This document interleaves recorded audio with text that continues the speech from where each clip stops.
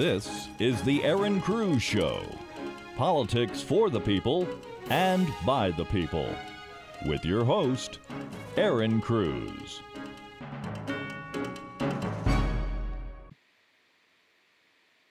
Hello, and thank you for joining us for another edition of the Erin Cruz Show. Tonight we have Patriots and we have candidates joining us to talk about what they're doing in California to take California back. Make sure you grab your popcorn, sit back and relax, and enjoy the show. Do you see dead people? Because they're voting in California. Corrupt politicians are using dead people to steal elections. Last October, we learned that a Mexican citizen used a dead man's ID for the last 25 years, and he voted for him multiple times. A CBS investigation found that hundreds of dead people are still voting in LA. By allowing dead people to vote, the Secretary of State is telling you that your vote does not matter. You know what? Your vote does matter. All votes matter. Elections matter. Let's stand together. Let's fight for fair and free elections. I'm Mark Moiser. I'm running for California Secretary of State. I don't see dead people, but I do approve this message.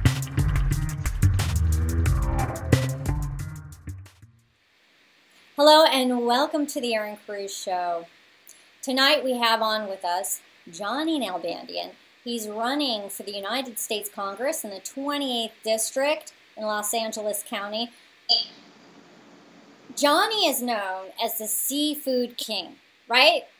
Right, you Johnny? Bet. Right? Love it, love it. He's a business aficionado. He's been in business for decades. The guy, Johnny, he knows his stuff. Hello, everybody. Well, I'm really glad to be here. Yeah, so, Johnny's been on the show before. We did a big interview with Johnny to let you really hear about his platform, everything about what he's doing, who he's running against, which is Adam Schiff. We want to recommend that you go to erincruz.com, that you go to our YouTube channel, which you're already on. You take a look at his prior interview and listen to it. Also, if you know somebody who lives in the 28th District, make sure you pass that video along so they can get the information about Johnny, his campaign, get involved, and be adequately informed about who they're voting for. And hopefully that turns out not to be Adam Schiff, and I hope it'll be Johnny Nalbandian. So now, well, since one thing I do want to say, I'm thrilled with your format. I love what you're doing right now, and I love that you're talking to the candidates, and 3 and 4 of them per show. So everybody really, they should go back and forth, really check out your website and see what's happening. We got to take this country back. And I'm saying country plus state. There's a lot going on. Look what's going on this week. But anyway, we'll get into that. By the way, I'm known as Mr. Seafood, the Tiffany's of the seafood industry. I like the king of seafood, okay? I like the king of seafood, and I'll be very animated about that because you're the queen of patriotism. Oh, politics, patriotism, okay. No, patriotism. You're an awesome patriot. Oh, well, thank you, Johnny. Well, you're a brave man. You're running against Adam Schiff. That's your incumbent. And Adam Schiff goes at Donald Trump over and over and over again. He just beats him over the head. Everything negative that he could say about President Donald Trump. It doesn't matter, if the numbers are good or bad or indifferent. Adam Schiff always has something bad to say. And you know what I like about you, Johnny, is you always look for the good. And you're always looking, how can we do things better? Because you're a businessman, right? That's what businessmen do. There's 2 mentalities here. There's a businessman mentality and a lawyer's mentality. When I had like at one time 6 lawyers working for me, okay? And I got to tell you something. They have a complete mentality. They like to kill deals. In other words, they like to take their time, 3-4 months, and spend your money. Now, I have the mentality, let's get it done tonight. Adam, you have brought up $22 million and counting in precious taxpayers' money. I mean, really, it's precious taxpayers' money. We're trying to kill the deficit. God bless President Trump. and Vice President Mike Pence that they got us at a 4.1 GDP. I don't know if anybody realizes Obama couldn't get over, President Obama couldn't get over. I still respect him in the office, even though I don't like his ideology. He couldn't get over 1.7 GDP. And that's a lot of money to our economy. You got companies pouring back into our country. Now, California, Erin, last month, I just lost Nestle's in my district. It's right up the street from my office here. Right up the street on Brand. 1,400 jobs. My cousin, Nick, okay, he lost his job. And I got to tell you. Your community has been impacted. Yeah. Now, when I'm elected, Erin, I'm going to tell you this. I would have been, the day I found out Nestle's wants to move, I would have been at their doorstep. And I would talk businessman to businessman. Lawyers, like, for example, one time I bought out a smoked fish company, and the guy, I wanted to treat him right.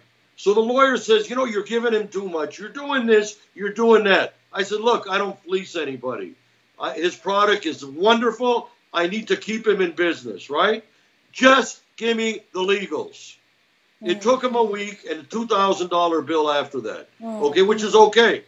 But I told him, you shut up and you just write what I'm telling you, put it in the legal, okay?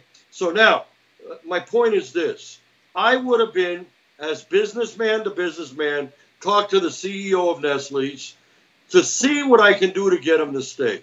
Right. Now, then I would have called the governor of California, no matter who it is. It could be Mickey Mouse.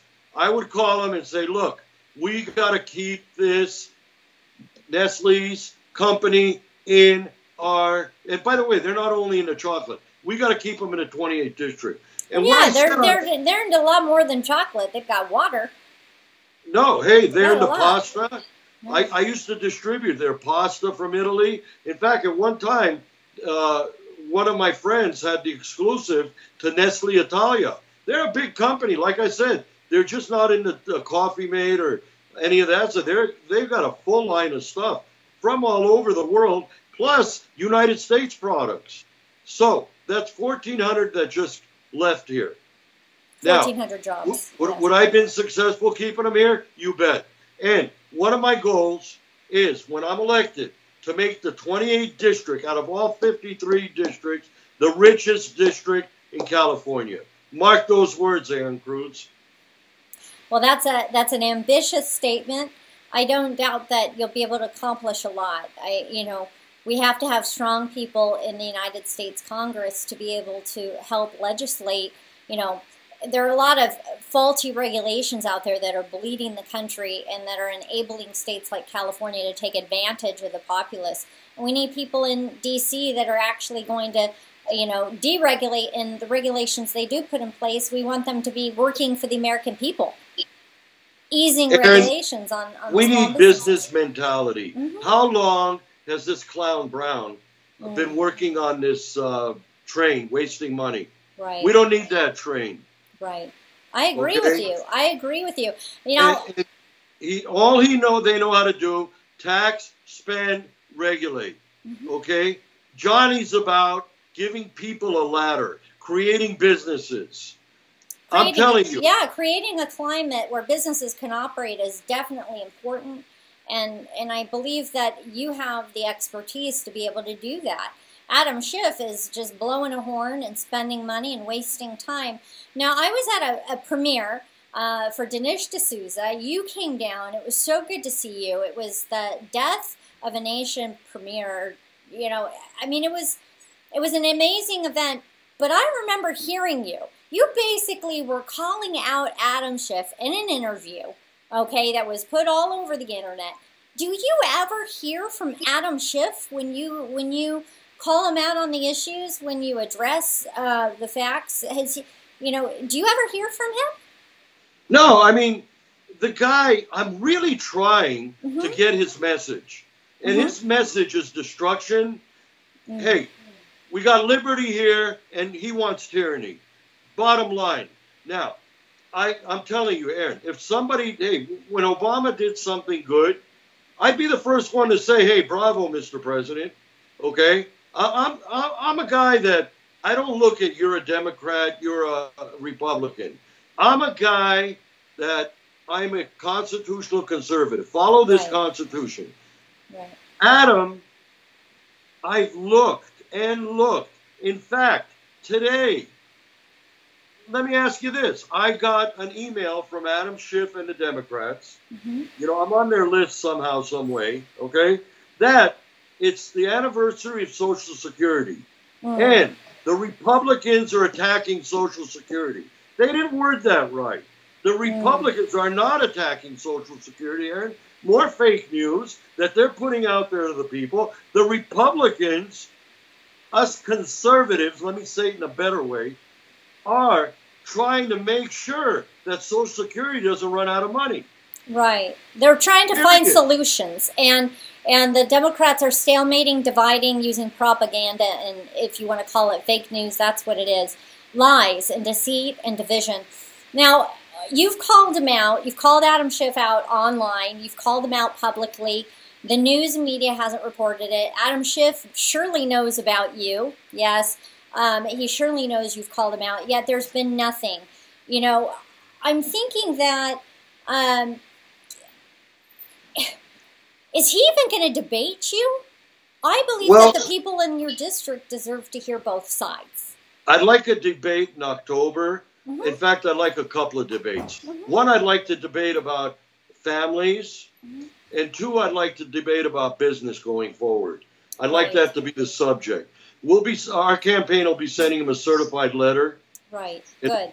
Probably the first week of September, challenging him to a debate. And if he doesn't show up, okay, or he doesn't answer our letter, what we're going to do, we're going to get a actor that looks like him and put him in his spot, and he's going to go with his format. In other words, not his format, their agenda, which I'm still trying to figure out his agenda. Again, besides rhetoric, besides trying to being an obstructionist to the president, besides taxing the heck out of all of us.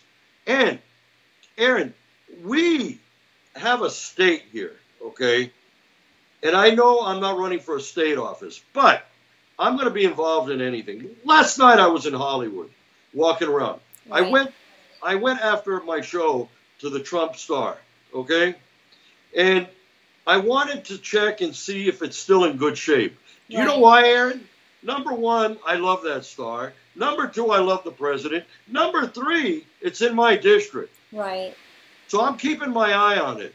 We were there on Sunday.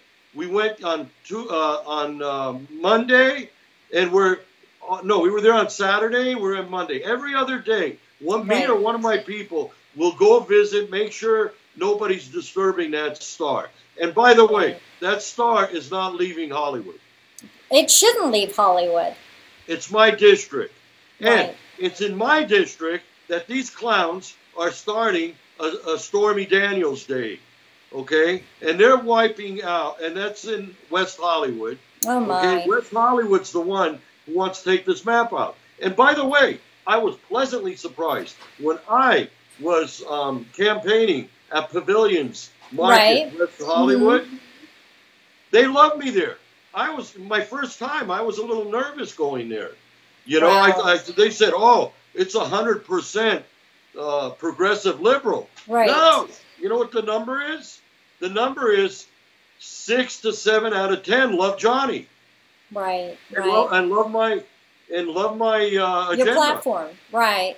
Yeah. You know, I do love believe my agenda. They love my platform. And by the way, they love me being a passionate patriot. Yes. I can't tell you how many people I had tremendous conversations, and they don't like what West Hollywood's mayor or whatever are doing. They're embarrassed from that Stormy Daniels Day. Who the heck is she? Well, I mean, you know, it's not positive. It's not reflective of family values, of what most people find wholesome or good. I mean, it's just not. Let's just be frank about that. And what the media is trying to do with the people is just pervert the way of thought and brainwash people into the idea that everybody is progressive left, and they aren't. It's a big lie. And I'm glad you're talking about that, Johnny, and that you're exposing the truth that more people are for good, strong family values than aren't. Hey, open right now, CNN, MSNBC. You're gonna hear about this Amorosa, who really, President Donald Trump has been good to her, right. And nothing worse. Hey, by the way, when I had my company for 30 years, I've been betrayed before. We all have, all businessmen, and the guys with the biggest heart get betrayed the best. Erin, and I got to tell you, he was betrayed. I mean, he looked at her like like a niece. I mean, and this lady, money is a very dirty thing. And right now, instead of talking about what's going on with our armed forces getting more money to get some great defense out there, right. Instead of talking about unemployment rate, the important things, right. The important things. Helping our families, Erin. Right. Helping our families. I got a 7-point agenda piece here, which right. it's our new flyers, and we've also put it up on our website. Please, folks, go visit our website, www.votejohnny.us. You can see what I'm all about. Well, the viewers right now, they have your website right in the comments. They can go ahead and just click on there, open it up. It'll open up in another screen. You can save that for later. But, you know, I think it is important that people find out about your platform and that 7-point, because, you know, it's people have lost track with the deflections of the mainstream media. They're talking about everything that isn't important. Yeah, well, no, absolutely. Person. And you know what? Adam Schiff goes on TV. What have you heard him say about our community? What did he say about the fires we're having in California? What has he said? Well, I'll tell you what he said. By the way, he tries to be the champion of the American Armenian diaspora. He hasn't made one statement about what's going on in Turkey right now. I put out 2 sponsored ads telling the people the minute I am elected, that same day, I am going to propose to the president, to the vice president, and to Congress to get Turkey out of NATO. They don't belong in NATO. And this week, I mean, you got to see the post I put up. I did. I saw it and I shared it. So most of the followers here probably have run into it. If you haven't seen Johnny's post, you can just go down my timeline, or you can go ahead and click on his Facebook ad, which is just below, and open that up. It's really prolific. It's an important piece, but I think the biggest issue is this, Johnny, is that Adam Schiff is not serving the people of the 28th District. And as a matter of fact, I'm going to take you back one step about the fires. You know, I mentioned to you I was going to bring up the fires in Adam Schiff. He essentially blames climate, okay, for the issue. And I have a quote here from him on Twitter. It says, it's from Adam Schiff to real Donald Trump. It says, "You've been in office for 18 long months, and you still don't have a science advisor, so allow me to help. Environmental protections have nothing to do with the wildfires in California. Climate change does. We're not going to let you use fires as an excuse to clear-cut our forests." Johnny, I've been in the north. I traveled the entire state of California, and more than anything, the people who live in Del Norte County, Humboldt County, all of these places, all across the state of California, can say nothing more than we really need to have foresting, responsible foresting, and the EPA and different regulations are hurting our communities and actually hurting our forests. And so basically Adam Schiff uses every chance he can get to nail the president, and even using things that are just completely, absolutely false, like climate change. Yeah, and you know what? It's a big blame game. They try to own people. They try to fool them, put a noose around their neck so you could be dependent on Adam Schiff. Now, the fire I was really talking about was the fire a year ago in the 28th district. He didn't come down, didn't make a statement, didn't do anything. Now, what he's arguing about the president's right. If you want, I can, next time you come to LA, I will hold your hand, take you through the some areas, and show you a bunch of dead trees. I can show you some dead debris. Okay, I'm going to clean that up. In fact, I was saying earlier, and we've got on another subject. I was in Hollywood yesterday. Okay, and walking around down the boulevard, and walking on Sunset, walking on Santa Monica. Okay, Right. now I saw a lot of dead trees by some of the homes, by the mountains. I went But you up to do the have a mountains. lot of hills over there. You have a Yeah, good you got a lot amount. of homes. Yes. Erin, I could go take you above Franklin, okay? That's my district. I'm checking things out so I know exactly what I got to do. And I'm already making a plan like I'm in office. And these trees, it's not climate change. People, they're not getting water, okay? They're not getting enough sunshine, some of them, or whatever. They're dying.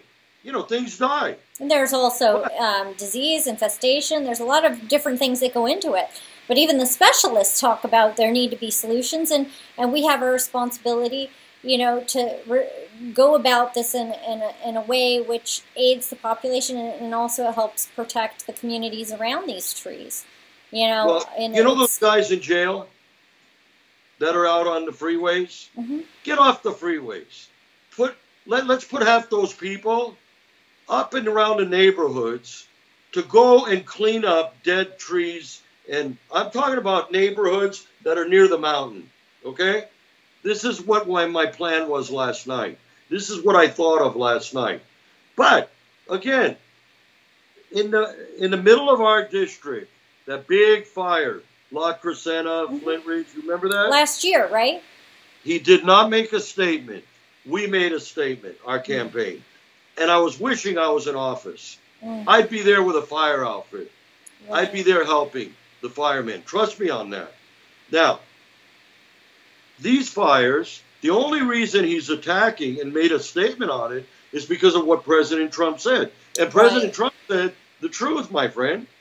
Right. I mean, The only reason why he spoke is to try to undercut President Donald Trump. That's why he spoke. Absolutely. Erin, a few weeks ago, maybe a month ago, I was invited to a meeting. I don't want to mention names. And believe me, our campaign needs money. I'm up against $4 million here, Right. and an incumbent. I go to this meeting, and these people want to give my campaign $10,000, $15,000, but they want to own me. Nobody owns Johnny J. Nalbandian. Right. You know what they wanted? They wanted me to be pro-Iran deal. They wanted me to be pro-Ayatollah. Okay? They're saying that I should go to the president and get him to lighten up on Ayatollah. So you know what my answer was? In all due respect, I think the president's being too light on the Ayatollahs. I've been suffering with them since 1979, since I worked with the Reagan campaign. Now, I got up and I said, I got nothing to do with your group. Thank you for your support, but I don't want your donation. I don't want your money. I don't want nothing. Why? I says, because the day I get in office, I will help President Trump trash the Iranian deal and make sure Iran is in check. Iran is right next to where my mother comes from. Okay, it's on the border of Armenia. Right. And I know quite a bit about their history, and I know how they think. I could be a big help. My parents, in fact, on their way to America, lived there for 8 years. And my dad predicted the fall of the Shah, which was a very, very bad thing for our country and also for my fellow Armenians. because the Shah was an awesome guy. He was great to our country and also great to Armenia. Anyway, I think the big thing I'm trying to make here is this. All you heard, I'm trying to go back and see where he's tried to help the community. Adam Schiff, I tried to go through the last 2 days I spent researching Adam Schiff and one other incumbent running, and you know, it's very difficult to find anything positive that they've done. They've literally spent 18 months of this current administration doing everything they can to undermine the administration without serving the American public. The latest thing is this email, putting out BS, like telling people, scaring our seniors into voting Democrat. I'm so sick of it, about Social Security. Right. No, businessmen mentality. We need to load up Washington with business people. Right. We think completely different. For example, like I said the other night, if you come to me and say, you know, Johnny, we need to balance the budget, this, that, let's balance it by 5 years. No. What 5 years? We got to do it as fast as we can. We got to try to do it. It's kind of like when I first started in business. 6 months later, I wanted to go into wholesale business, which I did. Right. I had went and got a loan. I had 2 years to pay this loan off. Okay? Mm-hmm. Guess what, Erin? I did so well. I worked so hard, 130 hours a week. I paid it off in 8 months. Wow. And then they you wanted get business done. You know, when there's an incentive, things happen. Action happens.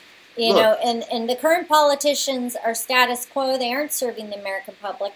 They're doing whatever is self-serving to make sure to pad themselves and their business affiliates or lobbyists or big interest groups. And it's just not right. And it's good to hear that you're going to advocate for the American people and for your constituents. Hey, I will go to each city in my district. And you can see me doing this. Mm-hmm. You know, Well, you're out there at storefronts. You're out there talking to people all the time, Johnny. I only sleep 4 hours. That sounds familiar, right? Right. I guess it's an East Coast thing. But anyway, look, I want, for example, I'm going to go to each city. And I got this idea last night when I saw the filth of where I used to drive my Stingray bicycle. And by the way, mark these words. You will see a homeless guy say that Johnny pushed me and he pushed me and he cheerleaded me to start a business. I love it. When I take, for example, you know who's got a fabulous story? And you see him all over Fox News? My Pillow, Mike Lindell. You know, the guy was in heroin. You know, he was down in the dumps. I mean, he picked himself up, dusted himself up. Right. And what a success story. I want to create a bunch of Mike Lindells. One could do pillows. One could make bolts and screws. One could make glass. I've got about a dozen ideas to create business. Now, government not owning. I want to create that ladder of opportunity. Right. I do not want government ropes around these people's neck. And that's what's happening right now. They're throwing crumbs at these people. Well, Adam, when's the last time, and I hope you're hearing this, and any of you Democrats, I haven't even seen you, Garcetti. I'll tell you, you're worthless. You have run this city down to the drain. You know, Garcetti, I know him personally. Nice man. Talk about businessman. He went to business school. But if you sit down and listen to him talk, he talks like somebody who hates business, who hates the rich people. Well, let me ask you this, Garcetti. Have you ever gotten a job from a poor person? No. Well, the thing is this, is that, you know, government isn't there to create businesses. It's it's there. It allows infrastructure for the people to be able to operate life, liberty, and the pursuit of happiness, which would also be the opportunity to, you know, create wealth for themselves in a climate where people are not regulated to the point of oppression and can't operate a business. And what government has done is made it nearly impossible, especially here in California, to own your own business and to operate a business and to, they've almost made it a dirty word to be well-to-do. to be well off, to be accomplished, to be, somebody who, wow, he drives a Maserati. Oh, he's a greedy rich man. Why? Because he worked hard? Nothing worse it's a shame. I'm sorry. What were you saying? I was saying it's a shame. It's a shame, how these politicians and different interests belittle the business owners or the business mentality and make it look, if you're successful, somehow that's a bad thing. The worst thing for me is class warfare. Class warfare. Erin, you go back and read Marxist Manifesto, Saul Alinsky. Mm-hmm. I got to tell you, again, I respected his office, but there's no one president out of 44 presidents that has caused such divide, such damage than Barack Obama. Right. And you know something? Shame on him. And his wife, too. She gets up now in front of all these college kids. Right. And she says, every morning I wake up, okay, in a house that was built by slaves. Do you know what that does to a young person that doesn't know the true story? And that's why, Erin, we got to push these kids to go see Death of a Nation by Dinesh D'Souza. Right. It's brilliant. Now, I told you this the other night. I'm going to reach out to Dinesh D'Souza, who I admire like crazy. I want to do in the 28th district, in fact, in a couple of the cities, some type of big Death of a Nation night to make it fun. Wonderful. That would be wonderful. So you're envisioning a place where the community can come and for a small amount of money, go and watch this movie. I mean, it's a powerful movie. I think in our interview the other night, you'd mentioned the most prolific thing that you found from that movie and took from it was truth. Yeah. You know what, Erin? I don't like liars. It's one of the worst things. And you know what? A lot of my people, when I had 150 employees, and by the way, going back to employees, okay, when President Ronald Reagan cut the tax rate, when Kennedy cut the tax rate, when Trump cut the tax rate, but let's go back to Reagan, okay? Mm-hmm. And I look at their tax program very similarly. Right. When Reagan cut it in 1983, 84, you know, Erin, I hired 20 more people. Yeah. I bought another forklift with the money I was saving. That's wonderful. I hired 20 more people, which I created 20 more taxpayers. And by the way, if you look at the records, after Jimmy Carter, when President Reagan cut the taxes, the IRS revenue went up twice or three times. I don't know the exact number, but the revenue started pouring in. In other words, myself, 1 year, Erin, I paid in corporate taxes because we did so well. Right. I paid in corporate taxes about $250,000, and personal taxes, myself, I paid about $130,000, $140,000. Right. And guess what? I miss that. I really miss it. And look, well, some people say taxes are a bad thing. Some people say taxes are a bad thing, but if you're paying taxes, it's because you're making money. That's what it comes down to. Unless if you say, some people say, well, even the big dogs, they get a few bones and they get too many tax breaks and what have you. But and we need to close tax loopholes and all this. I think the long and the short of it is this: is business is good, and you're a businessman. And you want to do good by the American people. You want to do the hard work that Adam Schiff isn't doing. And you know how to be able to do that. And that's what's important, Johnny. Now, I have to ask you, where... Can I make a quick remark on taxes? Uh-huh. Okay. Let me tell you. If what they do out there is they vilify the rich. They've got to stop that. But it's part of their rhetoric to get the other people to come back out. Now, one of the things I don't like about our new tax program, the rich, I like cut straight across the board. Everybody. I don't think you should be punished for being rich. You should try to get richer. Because if you get richer, you can give your employees raises, like I did. It was proud. The one banner year, 1988. I had 87 and 88. When I could hand each employee $1,000, I'm talking 1988. Right. So, folks, don't fall for this Marxist rhetoric, this leftist rhetoric, and Adam Schiff type rhetoric. Right. Right. I mean, that's so important. And I think that another thing people should take away from this and what you just said is you believe, and this is what I'm hearing you say, that we shouldn't stop tax reform where it's at right now, that when you go into D.C., that you're going to continually work with the other people in office to continually update the tax code and simplify the tax code and ease the tax burden on the American people. That would be part of your job. Is that what I'm understanding? Straight across the board. In fact, I'd like it to come down even more because I think it'll really boost revenue. Right. The IRS will make more money. Hey, yes. It's kind of like, it's the same it goes theory full as my circle. company. My wholesale and retail was different. Look, if I sell 100,000 pounds of fish at 25 cents a pound profit, that's 25 grand. If I sell 10,000 pounds at 50 cents profit, that's $5,000. What would you rather have, Erin? Do you see? I get you.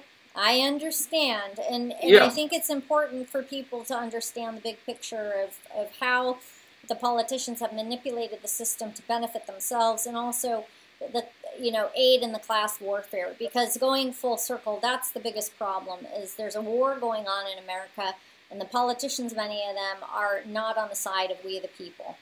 And that's why we're working so hard here in California to elect people like you, Johnny Nalbandian, to the 28th Congressional District and others who are running in the state of California. Also getting people out to vote for the gas tax, make sure they vote on that here in California. It's so important. We need to get out that vote, and you can make the impact. We all can if we stand together. We need to vote for people like Asha. All these districts need to vote for the people who are going to work for the American public, work for the Californians who live here, and put an end to this incumbent as businessman, what's one of the finest things that we enjoy about our president? What? He's a cheerleader. He is. Guess what? That's how I manage too. Right. When I took my troops into Las Vegas, when I opened a plant in Vegas, I played patriotic music the day before we opened the doors for my crew to get excited. That's and wonderful. By the way, let's come back. That's Nevada. Then I opened a plant in Reno. Right. Now, when I opened my California plant, it was tougher. Even in those days. Right. And I'm talking, this was the late 90s in California plant. Right. But when we moved to city of Vernon, which is, by the way, run by conservatives, in Vernon, California, it's in the middle of East LA and Hollywood, okay? It's all manufacturing and distribution. Only 59 residents there, but run by conservatives. Over there, you got permits like this. Right. Now, you go through, and by the way, had their own electric company. Our electricity was down 50%. Wow.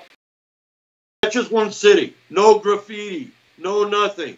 During the riots, we had police on the top of our roof with guns. Not one person entered Vernon. And they were right next door. Trust me on this. But my point is this.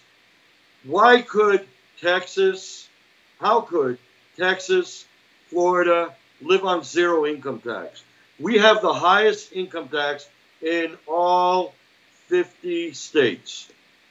Well, I believe that it's because of people like Adam Schiff who, rather than say, hey, Donald Trump and the Republicans, it was a party line vote. Donald Trump and the Republicans voted for less tax and restructure of the tax system.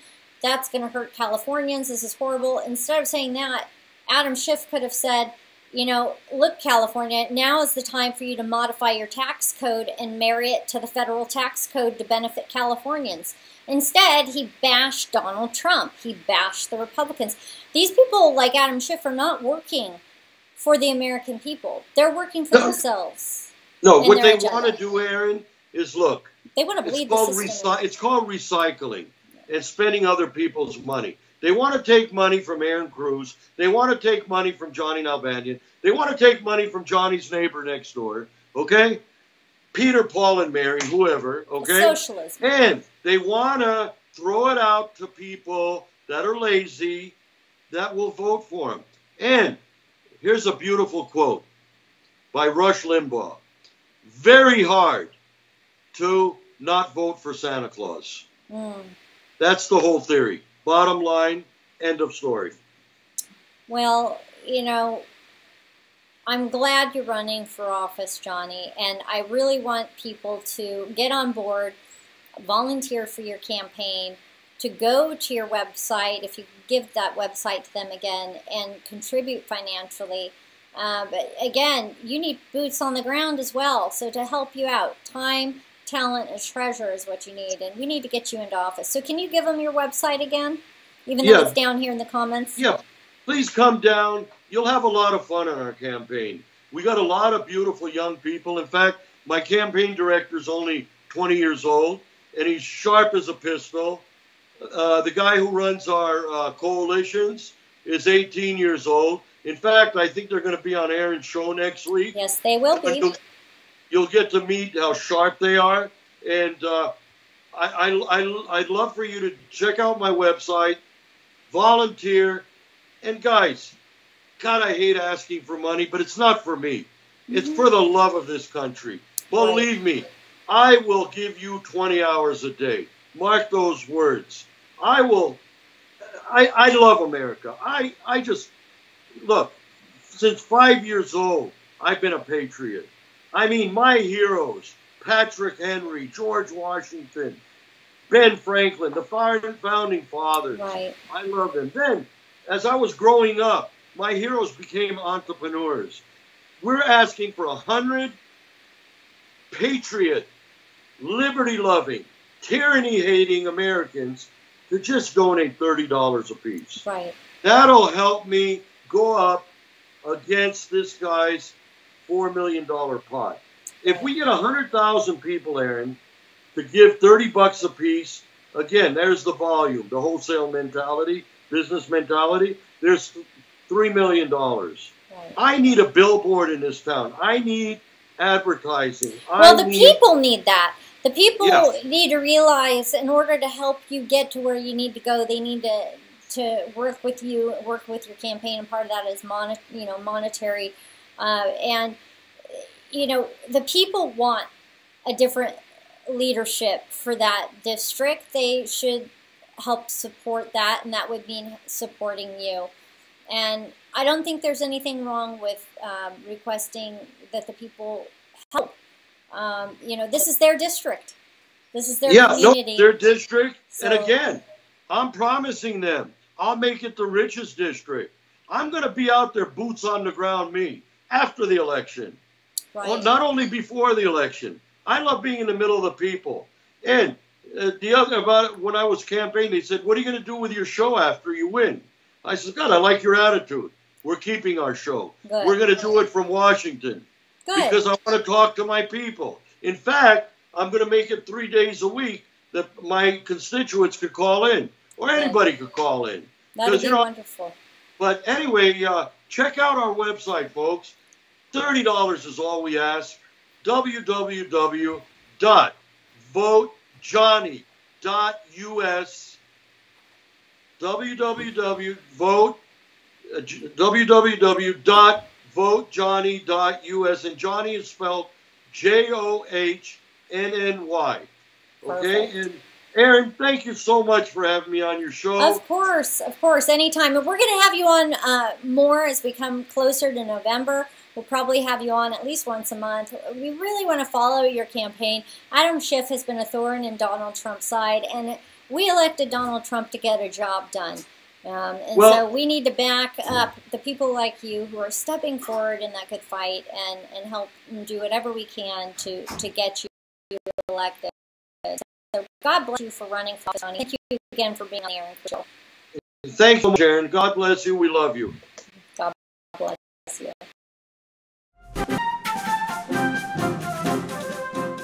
We will return to the Erin Cruz Show in just a moment. Wow, what a dynamic interview with Johnny Nalbandian. Hopefully you have everything that you need to know. Make sure you pass along the information after the show. You can forward this to all your friends and give them the information they need to make an informed choice to vote for somebody who's strong in the district that was hopefully to be once Adam Schiff's district and soon to be Johnny Nalbandian's district. Really, it's the people's district, District 28, and District 28 owes it to themselves to work hard to get somebody into office, into D.C. that represents them. So please sit back, relax for a few minutes, watch this next video. This video comes from a Patriot. Her name is Songbird. She works really hard to put together these videos called, it's Megaphone. It's dynamic. She's a beautiful patriot. She loves Donald Trump. She wants to make America great again and keep America great. So don't blink. Watch this. Hold on to it and enjoy.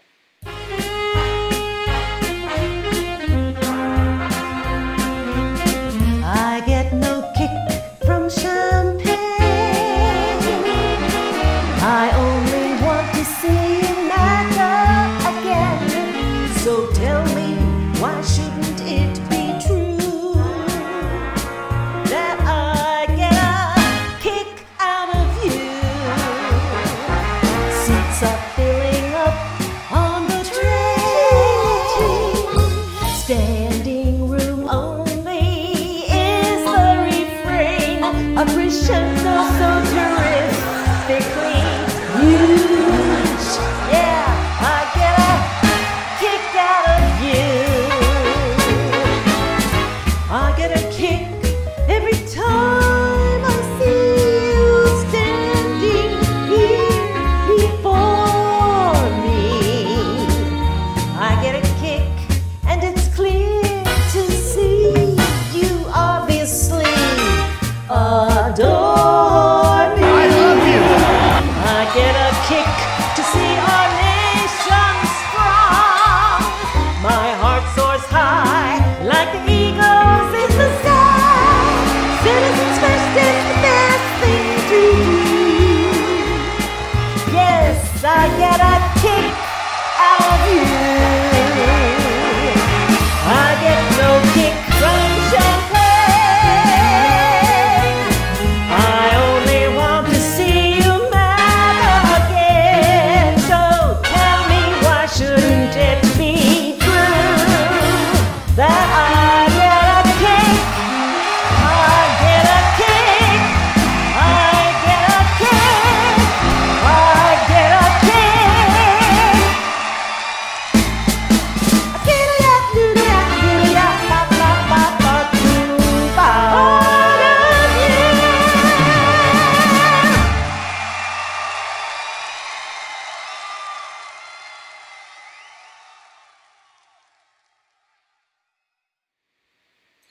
We really hope that you enjoyed that song from Songbird. She really puts a lot of effort into her music. Please go ahead. You're going to see her link to her music down below in the chat. Click it, open it, watch some of the other music she's put together, and share them with your friends and family. She definitely has a strong message to help make California and make America great again.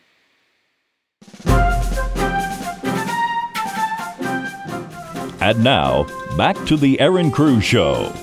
Here's Erin Cruz.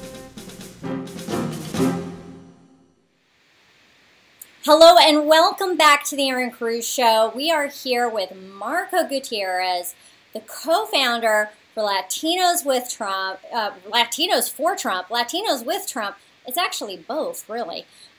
We are working hard all over the state with different organizations like Latinos for Trump, And, you know, here right before us, right, sitting, you're looking at him, man in the flesh, he's basically spearheaded the charge to make a movement, work with people to help get President Donald Trump elected and create the idea that identity politics isn't where we need to be. And he's combating it, but he's leading the charge. Marco, thank you for joining us tonight. We really appreciate you being on the Erin Cruz Show. Hi, Erin. Thank you for having me here. and you know what? Actually, you did say Latinos with Trump. Actually, Latinos with Trump are Latinos for Trump. Right. We were the ones that when I said taco trucks on every corner during the campaign. It made me laugh. All I could do was laugh because it's so ridiculous. They can't handle it. You know, in September. Everybody. But the energy of that, the hashtag was trending for about almost 2 weeks. Yes. And there was just so much chaos that Latinos with Trump had to kind of like distance themselves from me and continue the fight, which that's what happened. So I kind of took Latinos with Trump on a more aggressive manner and not so much supervised by the campaign, right. Because, you know, I had Univision at my house. There was news vans outside my house. The campaign told me, Marco, can you please not talk to the media for maybe just for a week until we assess what's going on here. Right, right. Just seem to hit the spinal cord of the Hispanic community. And so that was a spiritual awakening for me. That was something that I had no idea that the mainstream media has so much power, that they're so vast, and they have all this. I mean, my hometown, people from my hometown were calling my mom, and they were saying, can you please tell your son to stop saying that he is from here? Oh, goodness. And other people would call and say, hey, Marco, God bless you. Speak louder. Some of the women were doing rosaries at night because I'm from a very, there's like 1,200 people in my hometown. It's a very little ranch in the foothills. It's called La Unión de Guadalupe, Jalisco. So the community there, they're very, everybody knows everything about everybody. So, it's a small but at least town. The little kid that left that town came back through the TV. Oh, so no. that was I think most people were proud of it, but a lot of people were concerned because of the immigration issues around Donald Trump. Right, right. So that's pretty much how things started for me. Right. Well, you know, part of it is, I mean, if you really think about it, it's a good conversation we need to have. You know, I mean, it's a difficult conversation. Immigration is oftentimes a heated conversation, as you see. But the media likes to blow everything out of proportion. They really do. And they like to manipulate people. And they like to divide people. We have a lot of problems in the United States, and some of them surround immigration. We need a lot of solutions surrounding immigration. And the media isn't helping in that conversation. Instead, when you say something, you know, Latinos for sure, you say something, they blow it all out of proportion, right? But you can use it to your advantage, and that's what you did. And, you know, I admire you for that. Really, what I said is, it was more like I said that my culture is very dominant and that it's imposing and it's causing problems. And if we don't do something about it, we're going to have taco trucks on every corner. What I meant to say is that you have a population unrepresented that's growing so fast that if we don't structure this people, you're going to have problems. And we live in a subculture, and I'm going to count myself in, where we pretty much cash our check at a Mexican market. We go to church in Spanish. There's no need to integrate in the American way. And that's going to hurt more people, because then you have this cash-only world that it's a cash-only world friendly, that people sort of like to be there. You know, they don't claim all their earnings at the end of the year. And that actually hurts them because I am a mortgage broker by trade, which I've been having a lot of problems with the liberal left. They're trying to, they're messing with my livelihood, which is what they do when somebody doesn't. Right. They're trying to pull the noose and make your life difficult. I have clients that make $100 and something thousand a year cleaning homes. And when they file their tax returns, they only put that they earn $30,000. Now, a lot of business owners do things like that. But what I'm trying to teach these people, that's why she hasn't qualified to get a home for the last 5 years. And if she would have done what I told her at the beginning and pay her portion of taxes, she would have the social status, and she would have won $300,000 in equity or $200,000 in equity. Well, and the sad part is that she spent and all other stupid things integrating to this economically or culturally or morally into this culture. Right, and you can't control other people. You can't control the choices of other people. But you can influence by the messaging, which is, we have a large Latino population in the United States and specifically in California, and encouraging assimilation and the blending of and making aware of cultural livelihoods of all people. And I'm kind of being a little bit sensitive, and I don't like to be around the bush, but I just want to kind of hit on what you were talking about, which is these people, some of them just live in a different way. Is that what you're saying? I call it a subculture environment. Yes, and so what you're trying to do is encourage these individuals to be a part of the process of the country and active participants of the nation. I have to say that the media has been so hateful. I've looked. I actually spent the last 2 days looking and finding information about you, work that you've been doing recently, and they are never kind to you. They just are not. And I'm wondering if this constant hate is directed towards you and Latinos for Trump. Or do you see this as a constant attack on Latinos in general? Do you think that they're just trying to divide us? I'm not quite fully understanding why they are constantly at you, Marco, because you're trying to do good things. When I went bankrupt, I was born and raised in Mexico. I came here when I was 17. I went to the School of Finance like Donald Trump. And I became a millionaire, and I lived a very good life. I lived the American dream for about 12 years. And then I went bankrupt in 2008. And I learned that some people's dream is to take your American dream. So I'm actually starting on a book called Defending the American Dream. That's a wonderful project. Sustaining the American dream, if you will. But what I found, I'm ashamed to say that I ended up in rehabilitation. I have about 10 years of being clean and sober. So I became aware of a lot of things, aware of shortcomings of mine that I didn't know, behaviors, patterns of the way I was living my life. And I think you weren't alone. And I think this pattern goes beyond just the individual. It goes to the whole culture. And what I think it goes to humanity. No, to whole humanity. But in my case, I started to see this, that there is, people try to defend they don't want people to know that there's problems within the culture. And I think when Donald Trump said they're bringing drugs, they're bringing crime, he hit something. And so you have all these people that we know that what he's talking about.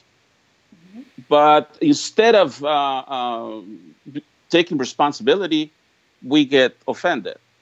In my case, I was so full of the spirit of recovery that I said, yes, I think this guy hit it right there. Yes, we do have problems.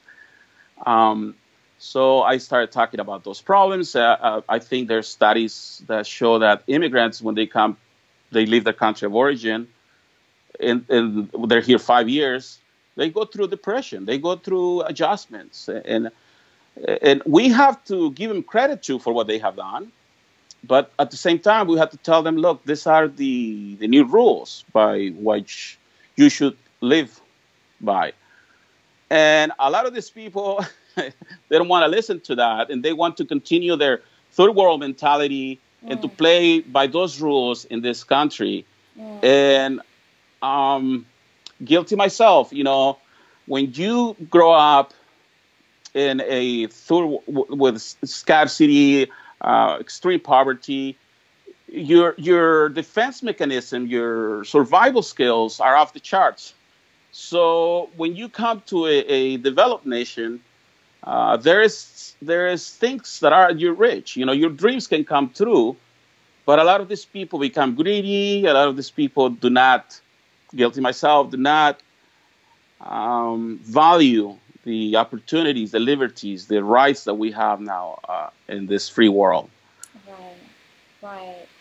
And so that's the conversation. I mean, at the core, that's the real conversation you're trying to have, you know, through the media. Yet the media bastardizes and it perverts everything that you try to communicate to alienate people rather than build people up and to unify us. Because, you know, what I read from what you stated were really just truthful facts or information or perspectives. And the way they would interpret it, or the mainstream media would interpret it, is so perverted and negative and divisive. So what do you think their ultimate goal is, then, of the media and their role in all of this? Because they do have a large role, like you said. You found out they have a lot of power. Yes.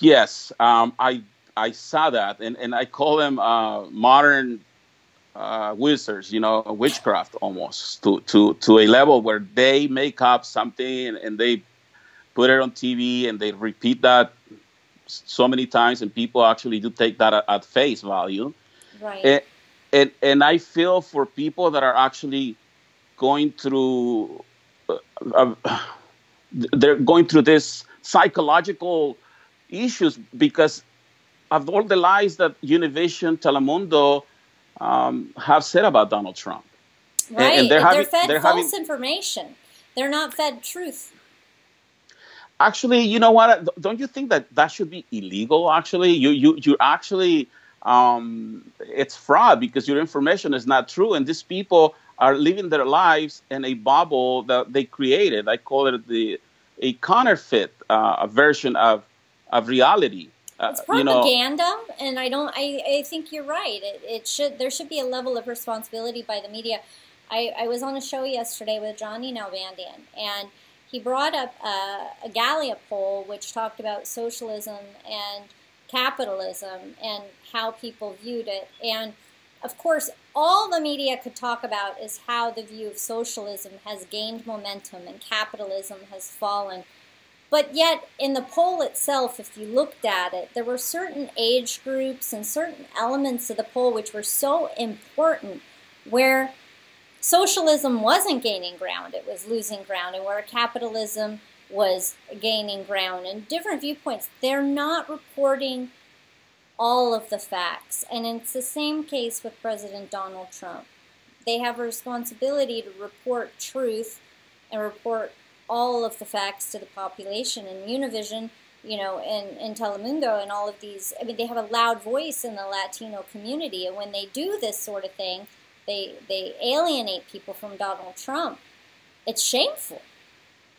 You know, I did a little article when I started, but this was like before Trump. The guy that created this fellowship that I belong to, in the 30s, in the Depression, he came to the conclusion that the economy will always recover, but what you can recover is time and health and all those beautiful things that happen. You know, like love happens when you're busy doing something else, that kind of thing, Right. And so my conclusion at the end of this Donald Trump thing was that people during the Obama administration, people didn't lose their homes or their wives or their employment. They lost hope and dream, and they have the ability, they lost their faith on themselves and the ability to dream and believe. And Donald Trump comes with all these bells and whistles and Yes. Reignites the country with this these economic principles that I believe and that every Hispanic believes in. Hispanics are merchants. They understand what it is to trade. They're always giving you a service. They're always providing a service, selling a product. Right. Taco trucks on every corner. So Small business. You just have to channel that the right way and tell them how to do it properly, so that they can adapt to society in a useful and a proper way. So you think that part of this is messaging? Part of the problem and the disconnect is messaging, and the information that certain segments of the population are receiving? I mean, is that what I'm hearing right now? I think so. I think that you have a lot of emotional issues where it comes to immigrants that have not properly integrated. You have a lot of kids that feel guilty of being Americans. And I talk a lot about that. And I tell them that we need to give permission to these kids to say, you can be as American as you want. And if your parents' country that failed them anyway, because we are so loyal and generational. So for us to break from the tribe, it's very hard. You have this weight, this burden that, oh my God, I'm gonna be an American now, and my dad's country was Mexico, and I'm gonna have to put that flag next to the other one. It's like a sacrilegio, almost like sacrilege. How you say that? So, but we need to somehow. I mean, if there's a war, these kids are gonna fight for our country. So that's where the allegiance belongs.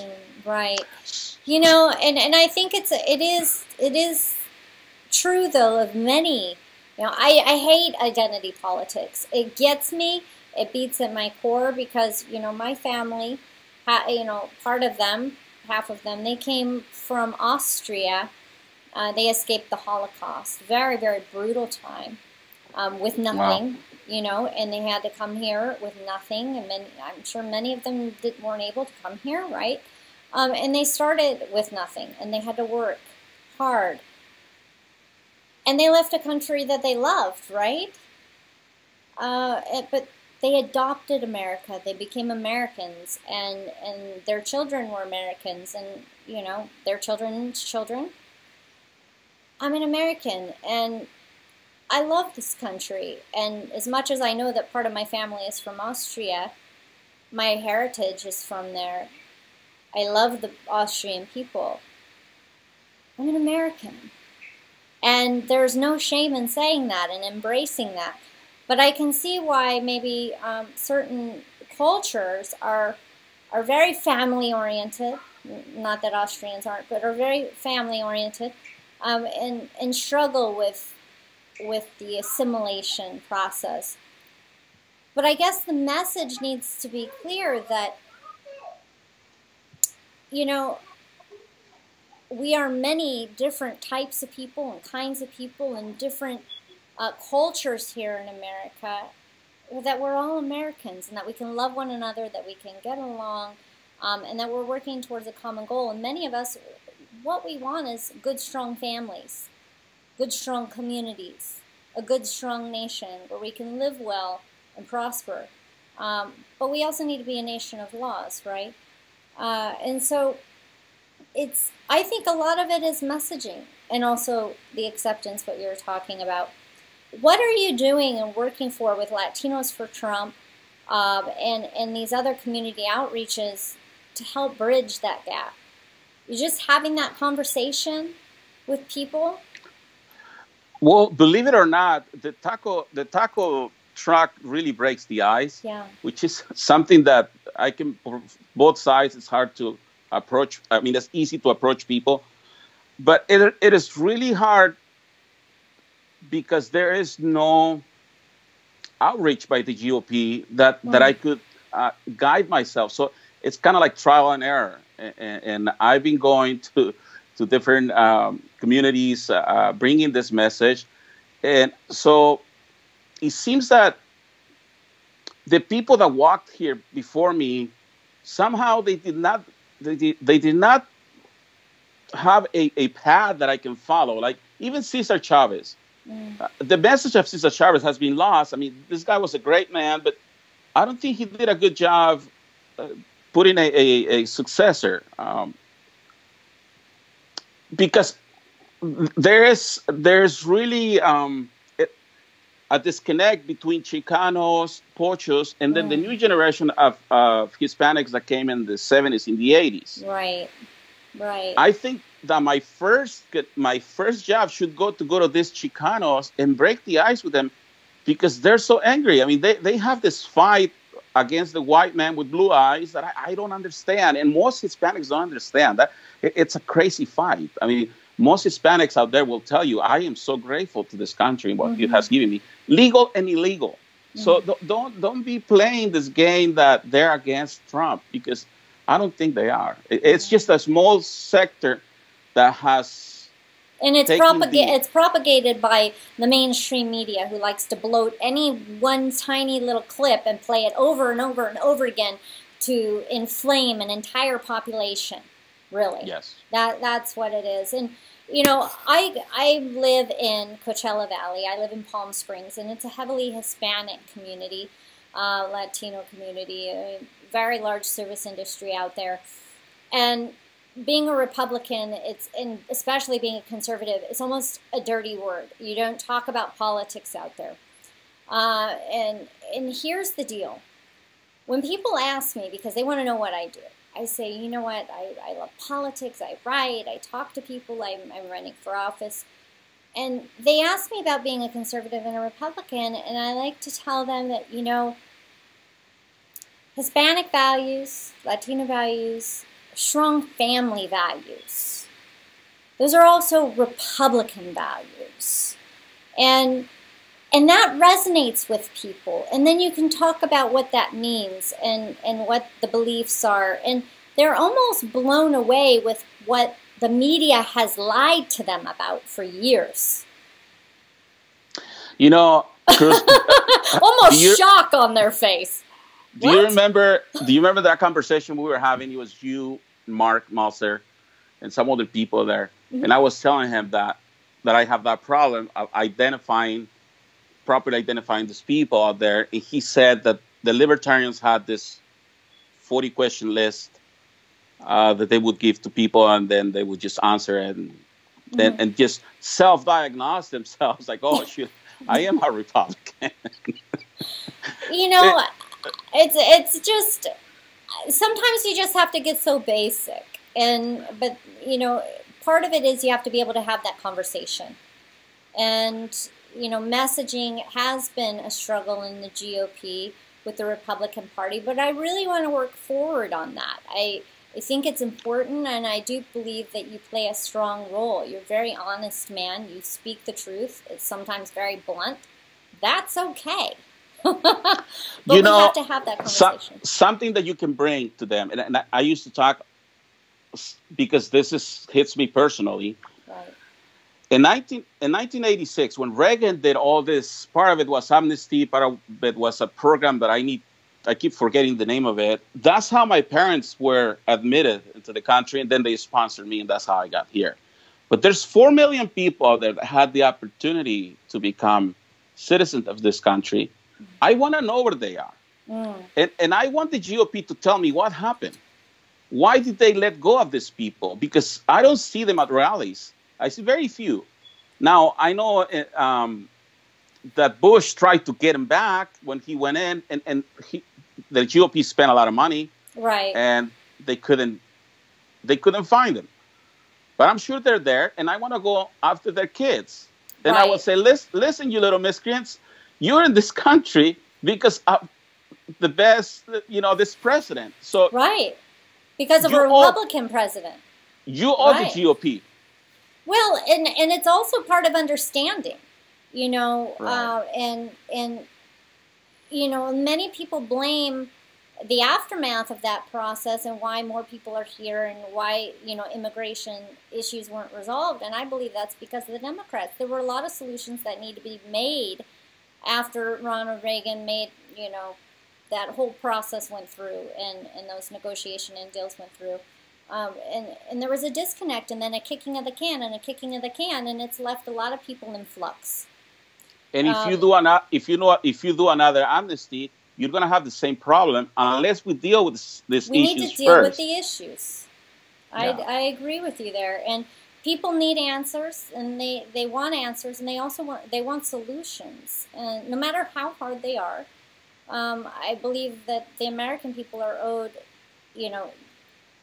by their representation, good work, solid work, the hard work that they've hired them to do and to elect them to do.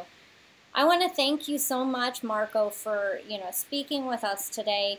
I know our call is being cut short here, but I want to have you back on as we approach the November elections to talk Please. more about what Latinos for Trump is doing, how people can get involved. We want a really positive environment here in California and through the United States, and we really need to re-elect Donald Trump again, and so we want to make sure and have you on again.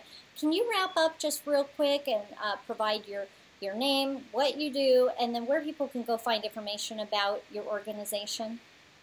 Sure. My name is Marco Gutierrez. We created Latinos for Trump to bring balance to a disproportionate and low membership in our electoral process. And you can find me at Marco Gutierrez on Twitter. That's mainly where I'm most of the time. Or you can go to officiallatinosfortrump.com. Wonderful.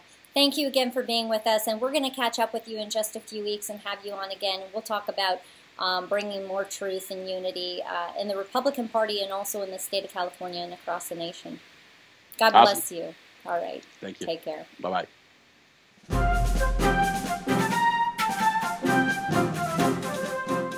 We will return to the Erin Cruz Show in just a moment.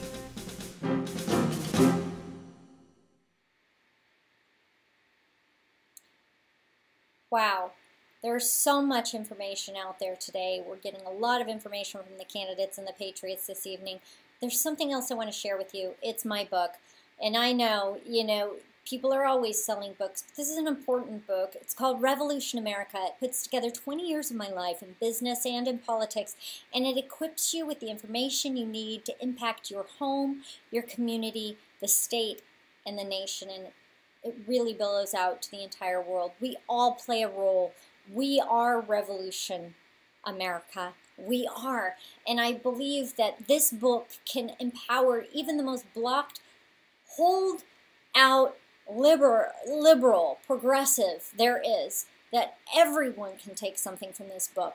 So buy it for yourself, give it away as a gift. Please invest in yourself, invest in the future of others. Get the book, read it, and share, and enlighten the world around you. Be the change you want to see. And I know we don't like to talk hope and change, but we want real and actual change. And the only way to make real and actual change is to take action. Rather than to react, we need to take action. So please get this book, empower yourself, empower your mind, take charge of your life, and be Revolution America. God bless you and enjoy the rest of the show.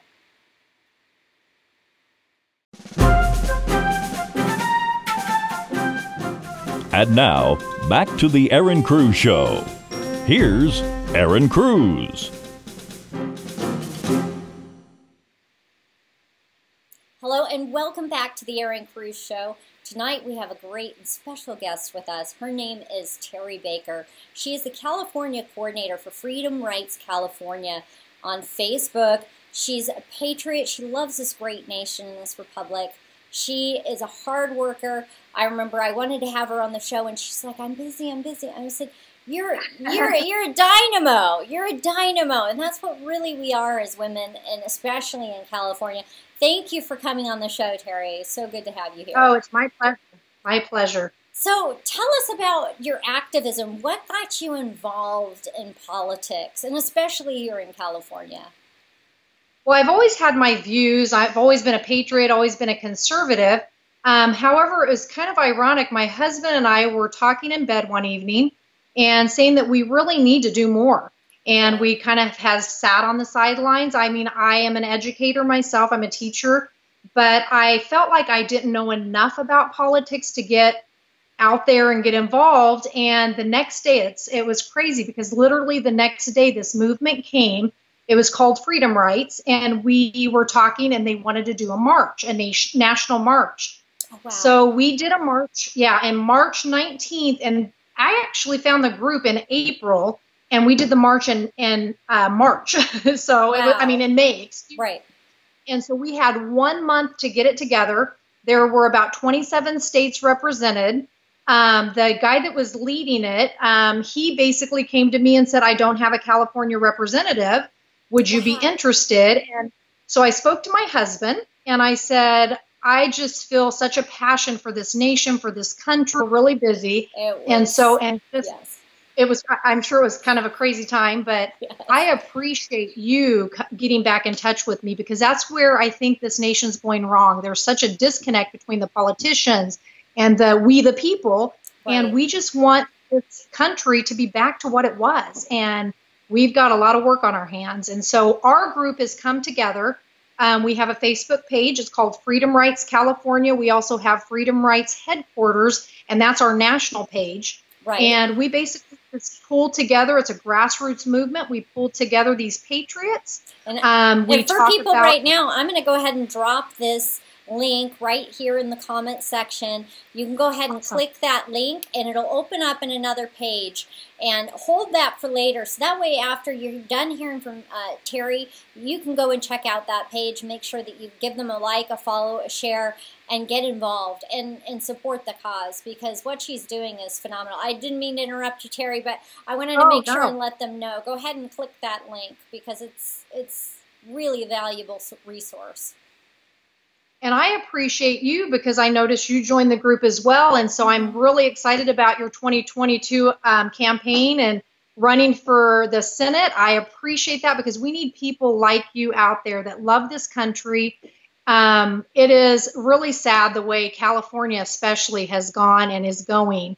And I just appreciate that someone like you has said, okay, I'm getting out there. So let's do this. You know, it does. It comes down to looking in that mirror and saying, what can I do? What do I have the ability to do? What impact can I make? And then taking action. So now you've gotten involved in this movement. You helped organize, you know, the California portion of the assistance for the march that happened. And now you're really involved in the movement. And what is it that you do in this particular group? Is it connecting patriots and sharing information? I mean, what is the common goal is to, you know, better the republic, but what is the point of the group? The point of the group is basically, like you said, first of all, it's connecting patriots, and that's one of the most important things that we have to do because you like-minded people. Mm-hmm. And our second thing is we want to be active. And so, prime example, we went down, there was a gentleman in California, and he had a cafe down there, and they had a lot of the Antifa and a lot of the left, and they were in front of his business, not even allowing people to go through. They had police officers standing there.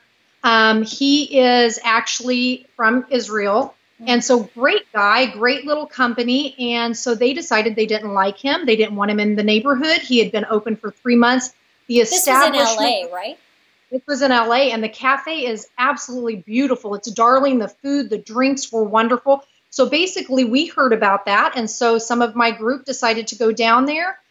We supported him. We told him, thank you. Him and his son came in. They happened to be on Fox News.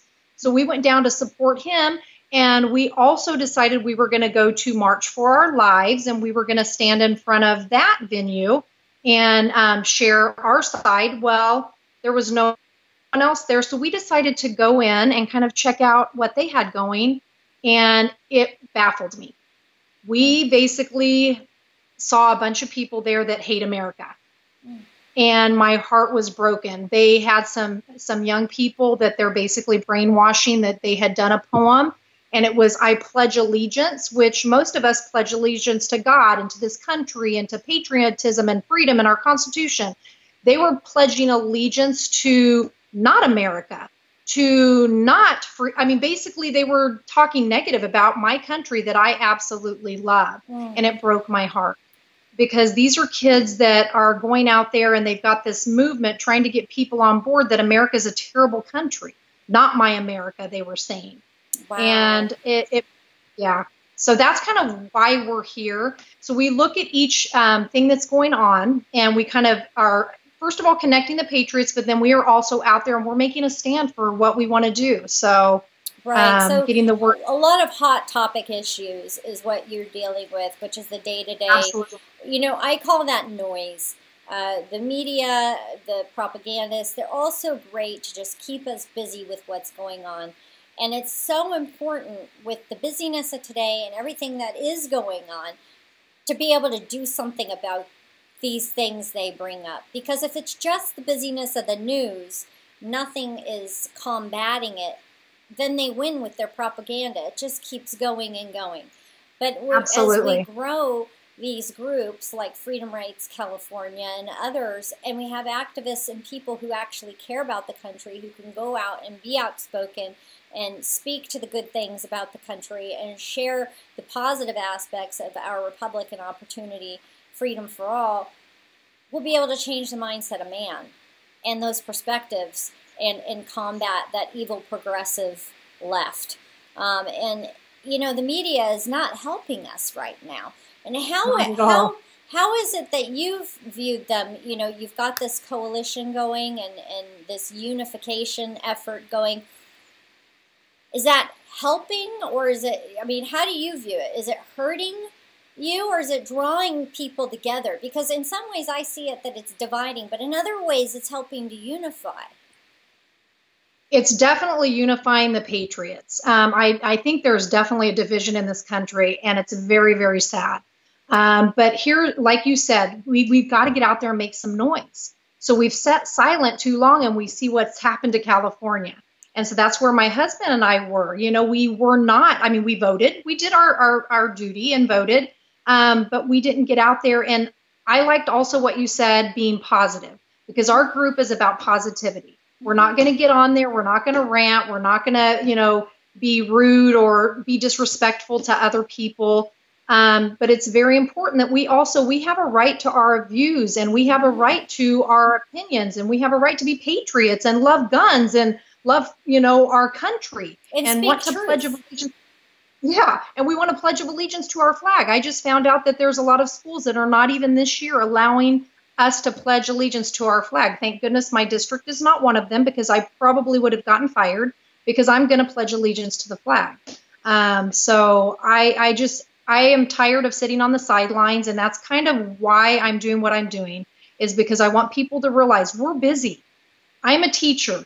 I am a booster mom. I'm the secretary for boosters. I'm also a JV team mom. I'm also doing the football program, but I still find to do. And your wife. And yes, and I'm a wife, and I am a mother of 4 boys, and I'm a grandmother. And so we're busy, but I'm not too busy for my country, and I don't want to lose California, and I don't want to lose my country. So it's time. It's time to step up. It's time to make some noise, like you said. Right, in a positive way, and in speaking that truth, because so many groups I have seen online are real. It's easy to talk about the problems and say bad things and say hurtful things or negative things. The truth, it can be negative, okay? But we also have to talk about the solutions. And sometimes finding those solutions takes hard conversations. And sometimes the conversations aren't pretty, but we have to get to that space where we're okay, agreeing to disagree, but it doesn't have to be in a hateful manner, in a very negative manner, which doesn't get anywhere. You know, and what I really liked when I saw your message come through and I was looking at everything, I really like that you're taking action, because that's, I think, a part of what people are missing here in California is how can they get involved? What impact can they really make them? You know, and that's the thing. A lot of people don't know how to get involved, and that's where my husband and I work. What do we do? So we can sit and talk about the issues. We can sit and talk about all lives matter and the movement of trying to take our firearms. But what do? We go and vote. No. Now is the time to stand up. Now is the time to recruit those patriots, to get out there and to go and do it in a nice manner, but educate people. Let them know. I mean, I know you've got the hashtag walk away movement going on. Right. What a phenomenal movement. Right. You know, I don't know if you've heard of it. Yes. But I've had a couple of walk away guests on. Yes. Mm-hmm. And I love it. It's great because I think we've got to get the message out there that we really do. We love our country. We love people. We want to be we want to go do our jobs and have freedom. And I think the left doesn't realize that really with the politicians that they have in office, they're losing that freedom and that right to be able to do what they want to do, you know, right. With all the mandated and everything. I mean, the straw law. I mean, how ridiculous. You've heard of that, I'm sure, yes. The straw law. So I had a paper straw in San Francisco, by the way, and it is not as nice as a plastic straw. Just saying. I would imagine not. I've never had a paper straw, nor do I want a paper straw. If I want a plastic straw, I should be able to have a plastic straw. I live in America. Yeah. We do recycle. I know that at the McDonald's by where I live, they have a recycle bin. So, you know, we do eat and partake responsibly, especially here in California. So where they've gone with all of this nonsense is nonsense. So I want to tell you, I'm so grateful for everything that you're doing. We really want to help all we can here at the Erin Cruz Show and online and everything to get your group built up even further. You know, can you tell people, again, your name, the name of your group, where they can go? I know the link is down here in the comments, but where they can go online to find more information and get involved in your community and your movement? Wonderful. Sure will. My name is Terry Baker. We are Freedom Rights Movement, and I actually am excited to have you join our group to see what we're doing. We let you know where we're going next, what type of action we're taking. Sabelli is our leader, and she is wonderful. She is a legal immigrant, and she's the one that started the group. And I absolutely would love for you to join us. And so thank you for posting that link. So please come. You will have to wait a little bit because we do approve the people that we like on our page because we're very, very careful. We don't want leftists or Antifa on there. So I apologize. I know that some people say, well, you're blocking my First Amendment right. And actually, no, we're not. We would love people to talk. But the problem is we did let a lot of people come on initially. And we want to hear what you have to say. So if you want to message me and tell me your thoughts on anything, but we like to have the page positive. We like to let you know what's going on in our California community. We like to endorse candidates like wonderful Erin Cruz, 2022. Yes, Erin, you had actually my vote this time. I loved you. Thank you. You stand for everything we stand for. So I appreciate you, and I'm excited to continue working with you and promoting you. So, well, thank you. Thank you so much. And yes, we will be working together.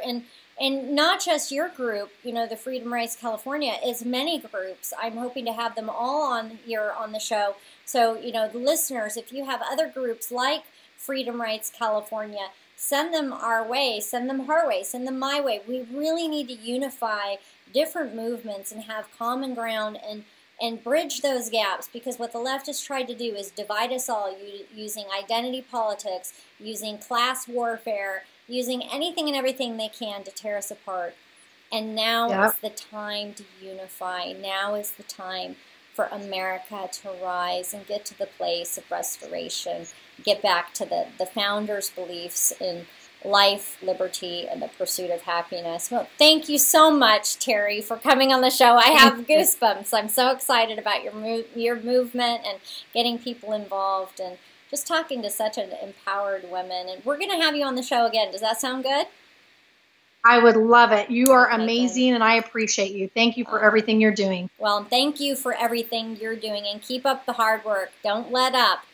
It's worth it. Okay, thank you. Have a blessed evening. God bless. You too. Bye-bye.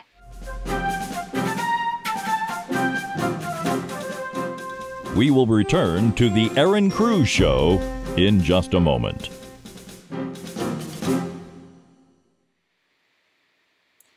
I really hope that you enjoyed hearing from Terry. She's a dynamic patriot who loves this country. She's a mom. She just wants to do great things. Please connect with her group. Share her group if you're interested. And I want to also say, I want you to listen closely as we play this next video. You can see this video is from Real TT 2020. He puts together these videos and compilations in an effort to spur and provoke thought and to give people a space where they can see that there's a vision to make America great again. Even amongst all the corruption, we can push through if we have a strong message and we stand together. Here's the video.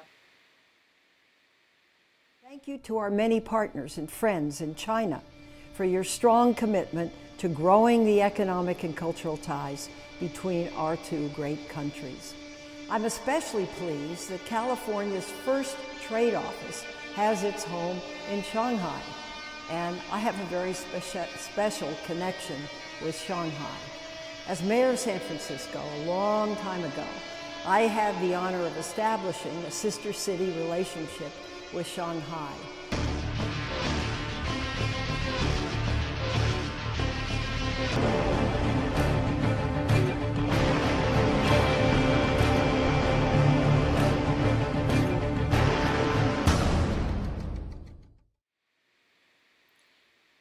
Wow. Every single video of his is thought-provoking. His information is down in the comments. Please make sure that you connect. He has so much out there for you to be able to share and enlighten the minds of those around you, be it liberal, Democrat, libertarian, freedom-thinking, Republicans, constitutional, conservatives, you name it. There's a video out there for everyone. So make sure that you like and share his videos today. Again, the link is down below. So on to our next guest.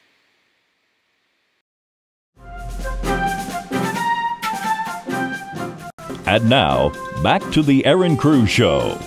Here's Erin Cruz. Tonight we have on with us Joshua Scott. He is running for California's 32nd District. Yes, the 32nd District. Joshua Scott is a Californian. He resides in Los Angeles County, a liberal part, or more, shall I say, more liberal part of our state. Maybe not the liberalist part of our state. Nonetheless, I want to go on to a little bit about him. He holds a bachelor's degree from Cal State Long Beach. I will say that my father also went to Cal State Long Beach. He also worked in the legal field for some time. And, you know, this is interesting about Joshua. Okay? He shares a little bit about his drive and run for office, but he really doesn't go into too much. So I really want to let you get to know the true Joshua Scott. Thank you for coming on the Erin Cruz Show. Thank you so much for having me, Erin. It's awesome. It's awesome. So tell us about you. I mean, people can go to your website. They can learn everything about Joshua Scott, your platform, everything that you stand for. But I want them to get to know the real you. So can you shed some light onto your background and what brought you to where you are right now? Right. So I am the youngest candidate in the nation. So, you know, I obviously got started at a very young age. It all started when I was going to Cal State Long Beach, like you said, and I was a political science major with an emphasis on law and policy. So I was right there in the middle of all of the liberal happenings on campus. I saw it all firsthand. And being in the political science department, you really do see not just a liberal sentiment, but an anti-American sentiment. And that was kind of the thing that really drove the idea home for me, that I was going to have to get involved at a young age. Also, there's an incredible anti-Israel sentiment on basically every college campus, and it's so extreme and unfortunate. And so after I graduated from college, I wanted to get myself educated, become immersed in the things that I believe in. So I went to Tel Aviv, Israel, and I got a job as an intelligence analyst at a geopolitical risk consulting firm. And I got to work very, very close in international affairs. I was composing time-sensitive reports containing tactical intelligence to different corporations around the world, basically explaining what was going on both internationally and locally in the areas that they ran their businesses. And it was an incredibly eye-opening experience because while I was living there, I was a part of a program called Masa Israel Journey, where on the times where I wasn't working, we were touring the country. We were meeting with local Jewish villages. We were meeting with local Arab villages, meeting with the CEOs of the tech industry, meeting with government officials. So it was really, really educational and really, really inspiring for me, especially when I got. Yeah, absolutely.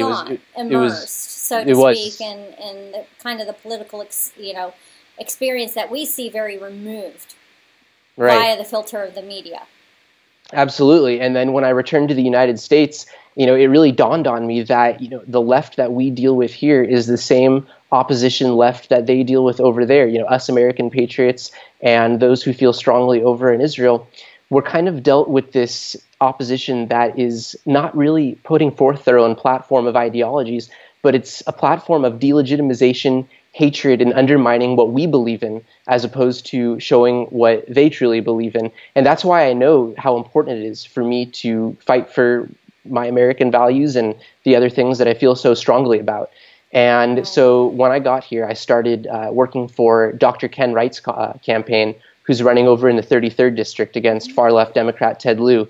And the thing that really got me with him is that he is a supporter of Linda Sarsour. You can look on his Twitter and you see that. Let's be clear.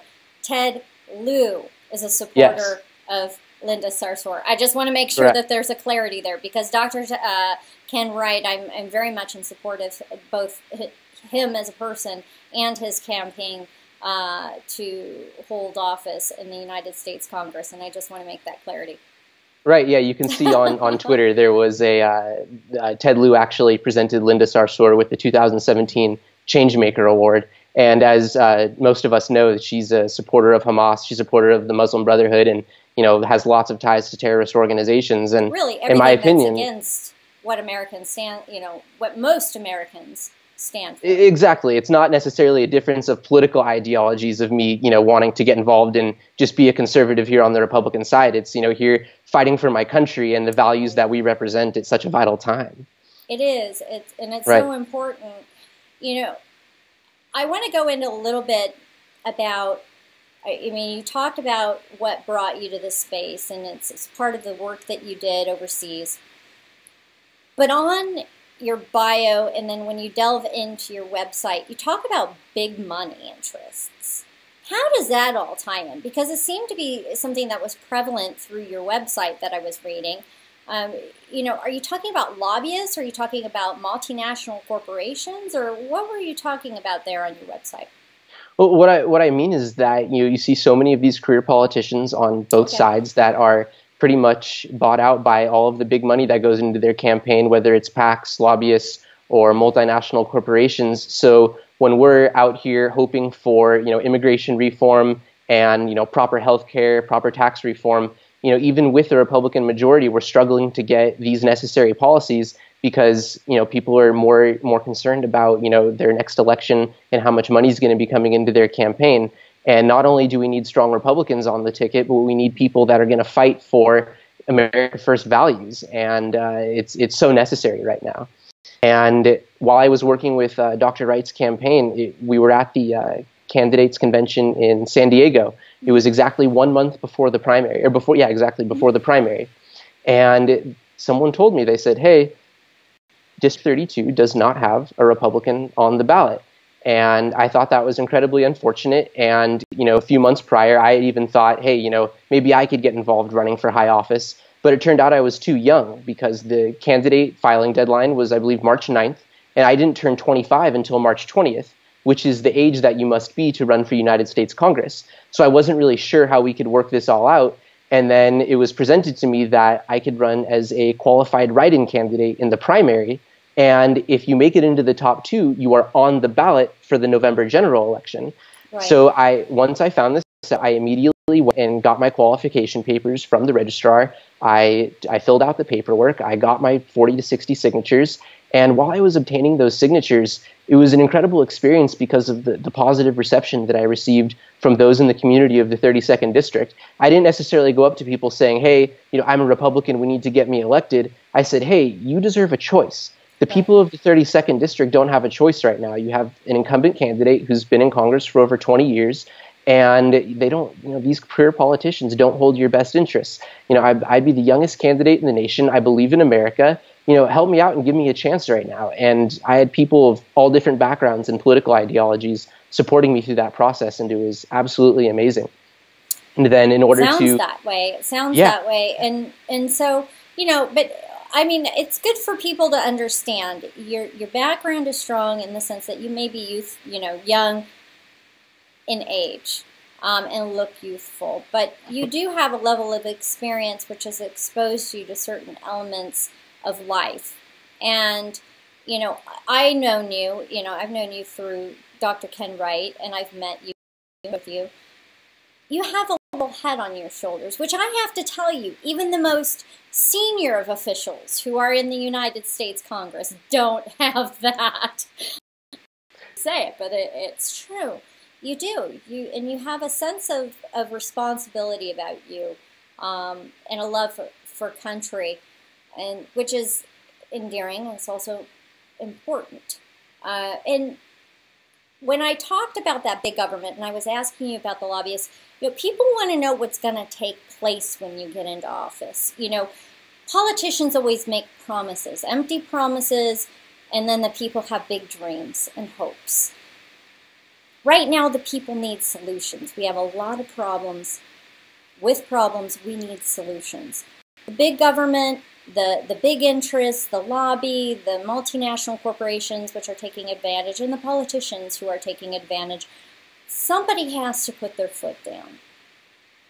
Where do you stand on holding these different interests accountable when you get into the United States House of Representatives? Because there are multiple ways which you will be able to impact all areas of what I'm talking about, as you know. And I guess my question is to you, are you going to be like an Obama, which said no lobby, no lobby, no lobby, no, yet he encouraged the most robust lobby there was, really. He is a lobbyist.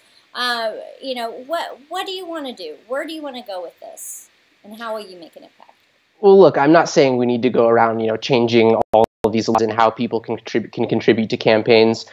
People, you do need money to run a campaign, so I'm not going to go out and judge anyone by working with big organizations. But at the same time, we do need to be transparent. We do need to know what's going on in the background of these campaigns' experiences. And it's just important that the voters and the constituents are aware of where people stand, and they're held accountable when they're elected to office. You see, in the House of Representatives, it's a 2-year term. So as soon as you elect someone to office, the people need to be engaged, and they need to be kept abreast of what's going on. And the transparency really is so important right now. So it's not necessarily, that we need to be going around and changing all of these laws, but what we do need is, civic engagement, people, going after and expressing their civic virtues and getting involved and holding their local representatives accountable, because that's the only way, in the republic that we have, that we can, go out and get things done in the way that we need them done. Right. Now, where do you stand on term limits? I do believe in term limits, because it seems like, the politicians that we're also annoyed with these days are the ones that have been around the longest, and the longer you're around, you kind of, become more and more immersed in the DC happenings, if you will. And yeah, that really is an issue. I'm not going to sit here and say, one or two terms, that needs to be, the definite solution to, the whole career politician problem that we have. But I would absolutely support some sort of term limits going forward in the legislative branch. Right. I always thought, I ran for United States Senate, and I'm running again for United States Senate in 2022.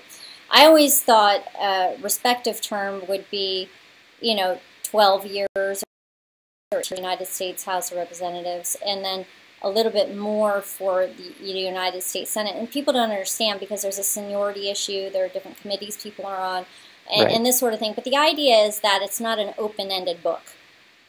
It's Correct. not a lifetime position. And that you're willing. It's good to hear that you're willing to look at term limits and vote on such a policy. Absolutely. Now, immigration reform. That's a hot topic here, especially in the state of California. You know, it's been a point of contention where the media is concerned. They want to divide. And politicians, again, they make big promises. Nobody really takes action. They haven't taken action in a very, very long time. Where do you stand on funding and building a wall, enforcement, and you also mentioned a pathway to citizenship in your website. So I wanted to ask you, could you please talk about that a little bit? Right. So in California and all the other southern states, border security is an absolute, definite necessity for us moving forward, not just for the safety of our citizens, but for our economy and so much more. And what we need to do is if someone's interested in the illegal entries that are coming into the United States. Which has been an ongoing issue. It's been an ongoing issue for decades, and it's not just people. It's not about keeping different cultures out of the United States and preserving, whatever the leftists think that we're trying to do. What it's about is out of the United States, keeping drugs out of the United States, and keeping weapons out of the United States. You see, people talking about all the gun problems in the United States, and one thing they don't want to do is implement border security, which will, withhold so many illegal weapons coming across the border. And so border security is absolutely vital right now. And with border security, then we can start strictly enforcing our immigration policies here in these local states. Sanctuary cities are an absolute disgrace, and the politicians that support them are doing so just to exploit those immigrant communities that they want to get votes from, sadly, because they know that's the only way that they can hold office. Immigration laws to keep American citizens safe. And I do believe that a pathway for people to come to the United States, to live the American dream, to provide an education for their family and live a quality life. But first, we need to fix our problems before we can move forward on these issues. Right. Well, my concern, from where I stand, just as a citizen and as a constituent of, say, Senator Dianne Feinstein, who I have to decide who I'm going to vote for United States Senate in the general. It's going to be a tough one. Oh, goodness. Where I'm sitting, we think about what happened under Ronald Reagan, and they did a form of amnesty, if you will. But they also didn't follow through on some of the things that they had talked about doing, which would have prevented the issues that we're seeing today. I guess you would call it kicking the can now. So we've been kicking the can for a very long time, and right now we're at the point where we need solutions. And the people who are here in the country, they want answers. How do we deal with the problem? We have a lot of problems. We need those solutions. So when you talk about offering a pathway to citizenship, are you talking about people who are coming here or the people who are currently here? And how would you like to try to work forward to address that? It may be solved by the time you get into office in January, if or when you're elected. But what are the kinds of policies that you would like to see put in place to help that initiative, or would you not move forward on voting on anything until the wall is funded and immigration is enforced?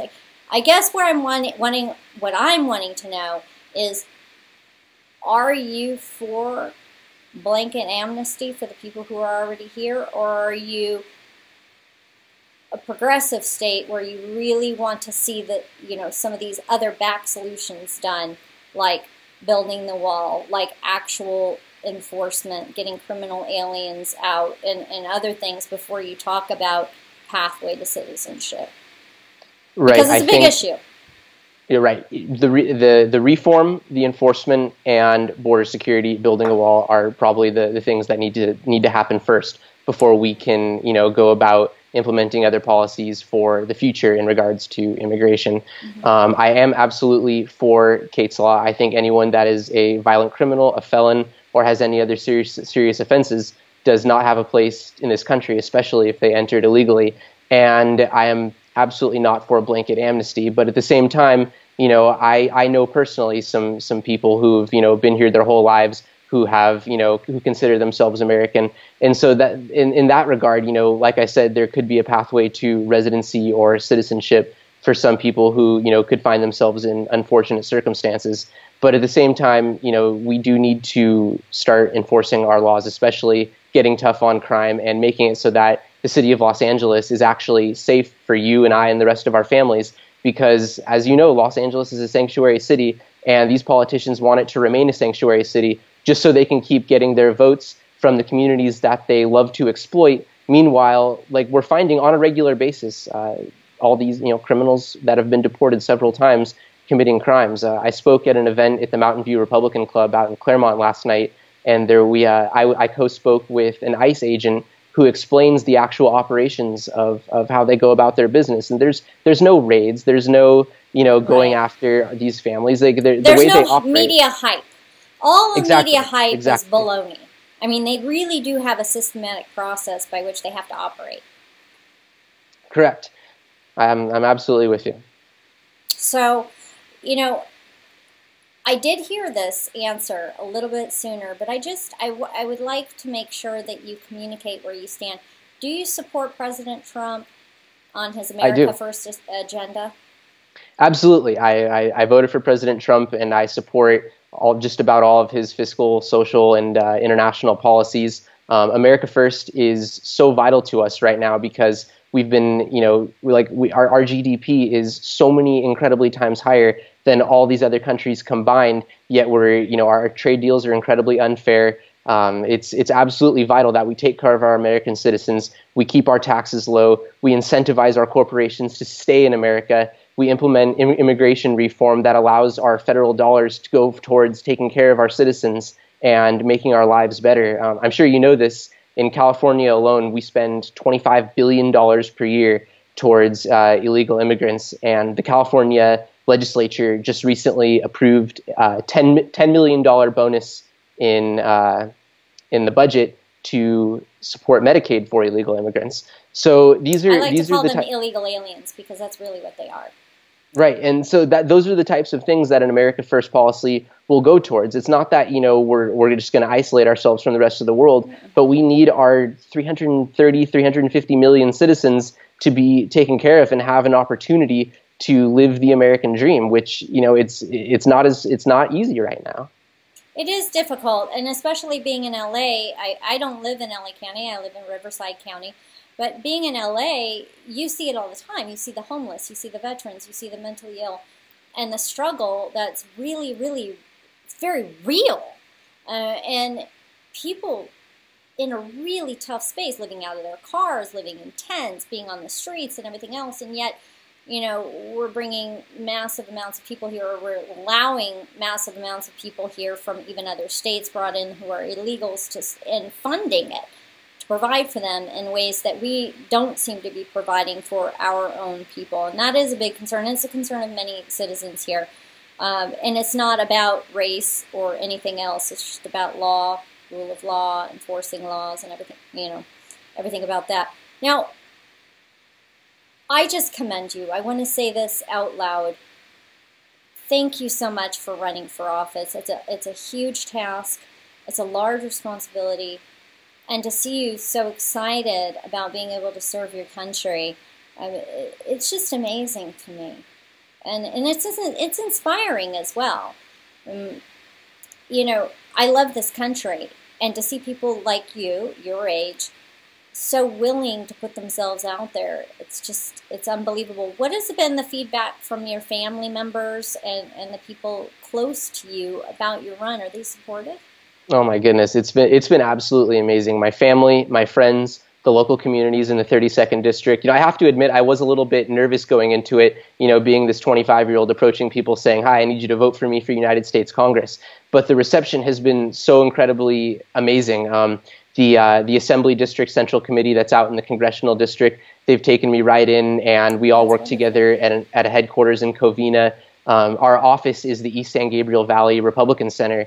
And let me just tell you, each day we are in that office, and people will just come walking into the office off the street, not knowing who I am, and they'll just say, hey, I am a disgruntled citizen. I see you guys have a Republican office right here. What can I do? What can we do right now? I want to keep taxes lowered. I want immigration reform. Just the other day, we had a man who immigrated from Puerto Rico come into the office to re-register to vote. We had a man who immigrated from Cuba come into the office and show me a picture of the shoes that he was wearing when he got here on the ship from Cuba. We had someone come in who had been a registered Democrat their whole life come in to re-register to vote Republican. Mm-hmm. So the reception I've received so far has been, I can't even begin to tell you how incredible. So you're seeing walk away people too. Oh my goodness, on a literally on a daily basis. Yeah. Well, that's heartwarming, and it's real. It's very real. They like to say on social media that it's a Russian bot campaign, but let me tell you from firsthand experience, the walk away campaign is very, very real. It is real, because I believe that the progressive left, it has taken over the Democrat Party and become this loud voice within a movement. And the general Democrat, if you will, they don't want all these wild ideas. They want to live a good life. Many of them have businesses, want good things for their family.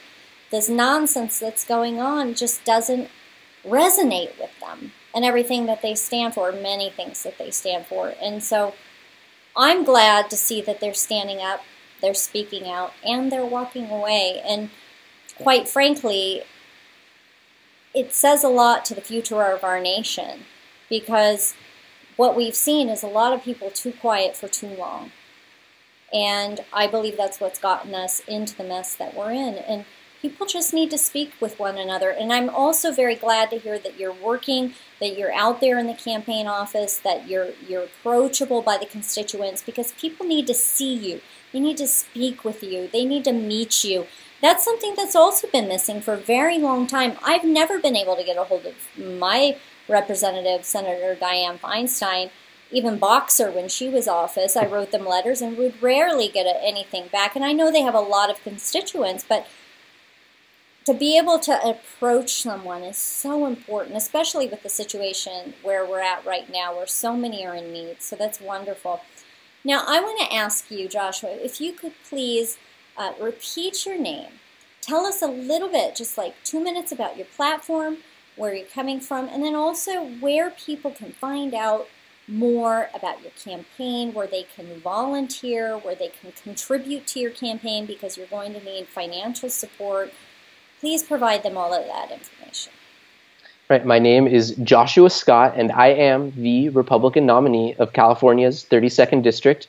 I am the youngest candidate in the nation, and I am here to essentially provide the people with a choice, because like I said, just a few short months ago, so many of these tens of thousands of proud Republicans in the 32nd District did not have a voice. They did not have a choice. And that is what I'm here to do. I'm providing these American patriots with a platform to express their voice. These people that want to keep their taxes lower, they want to see immigration reform, so we can use these federal and state dollars to help our veterans, to help our homeless, to repair our infrastructure. There's so many things that Americans can benefit from to really just have an amazing future going forward. And I really do believe in it.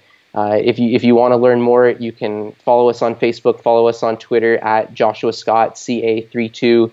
You can go on our website at votejoshuascott.org. There is a donation link. There is a volunteer link. You can indicate what you want to do. You can say, hey, I want a precinct walk. Hey, I want to make phone calls. Or you can shoot me an email and say, hey, I want to come into the office and hang out with you at noon on Tuesday, because, me and my manager and my team, we come in, we buy donuts and coffee, we invite people in to come talk to us. It's an incredible atmosphere.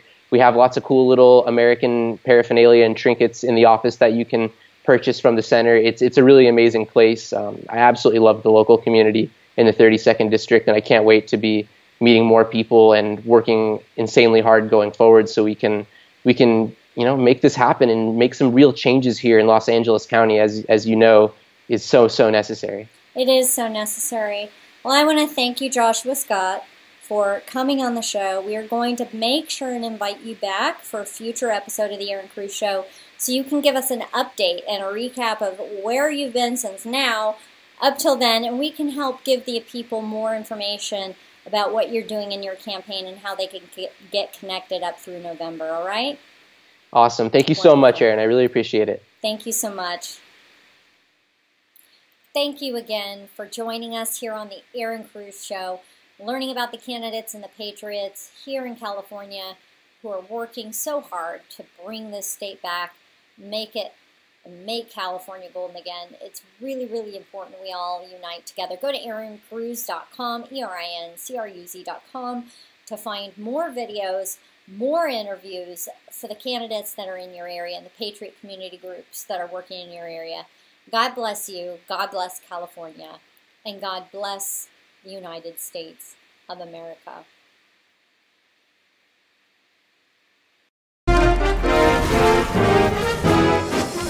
To hear more and to learn more on how you can make an impact or about the Erin Cruz Show, visit us online at erincruz.com. That's ERINCRUZ.com. Thank you for joining us, and see you at the same time and the same place next week.